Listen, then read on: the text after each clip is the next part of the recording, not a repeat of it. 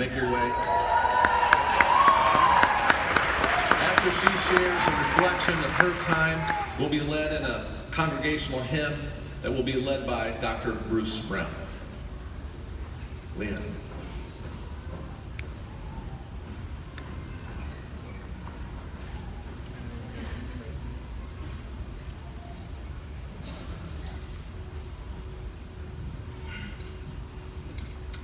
When I was 10, my grandparents took my family and I to the foot of the Spring Arbor University clock tower to proudly show us the engraved bricks that they had bought in our honor. There was one for each member of our family. When I was 10, I had no idea I'd end up at this university one day as a student, though my grandparents and my father had paved the way for me. When I was 10, I had no idea that I'd sit by that brick at the foot of the clock tower through all the ups and downs of college, to journal or to pray or to simply be alone. When I was 10, I had no idea how much Spring Arbor University would mean to me one day. When I was 10, I didn't know that time would go by so quickly. When I was 10, I could barely imagine what college would be like, much less imagine this moment. But alas, here I am, speaking at my college commencement ceremony for Spring Arbor University. Just a few short weeks ago, I had one of those emotional nights where I found myself sitting next to that brick at the foot of the clock tower. I was thinking and praying and dwelling on all the ending that this is and the emotions that come with it. And I looked around the clock tower and realized that I'd never actually read all the plaques and inscriptions that were on it. So I figured that now was as good a time as any. After I finished reading the plaques in the clock tower, I happened to glance to my left and I noticed that great big rock that sits in the Circle Drive in front of the music building and next to the art gallery. Before I knew it, I was on a scavenger hunt all over campus to read all the plaques and look at all the monuments that I never had before. So first was the clock tower. And as I mentioned, I read everything that was inside, but the thing that stuck out most to me was our concept. And in case you're not familiar, I'll remind you, it reads, Spring Arbor University is a community of learners distinguished by our lifelong involvement in the study and application of the liberal arts, total commitment to Jesus Christ as the perspective for learning, and critical participation in the contemporary world.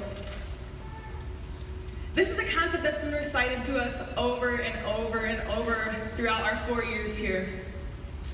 But it was just this year that I realized how perfect a statement it is for this great university.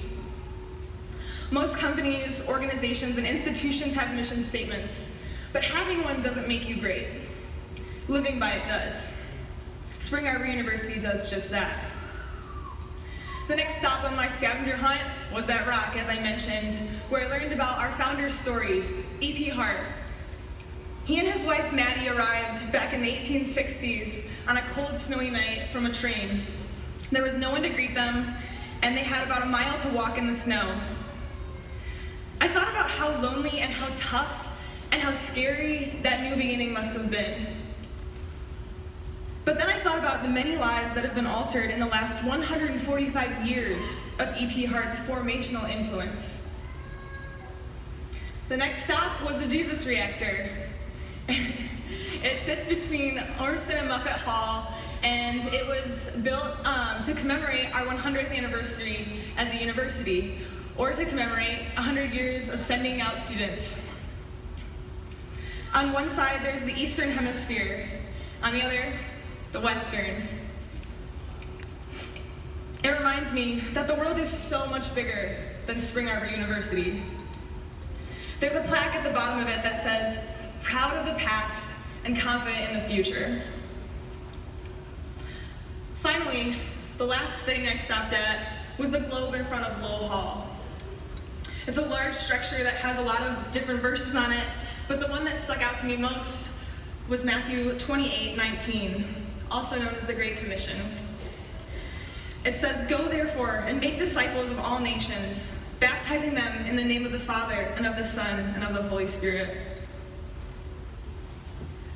I've gone here for 4 years and have walked past asked all of these things probably hundreds of times.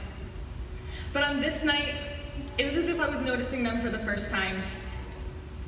When I got to the end of my spontaneous scavenger hunt, it all hit me, and I fell apart. It all hit me, and it all clicked, because I realized that we were never meant to stay.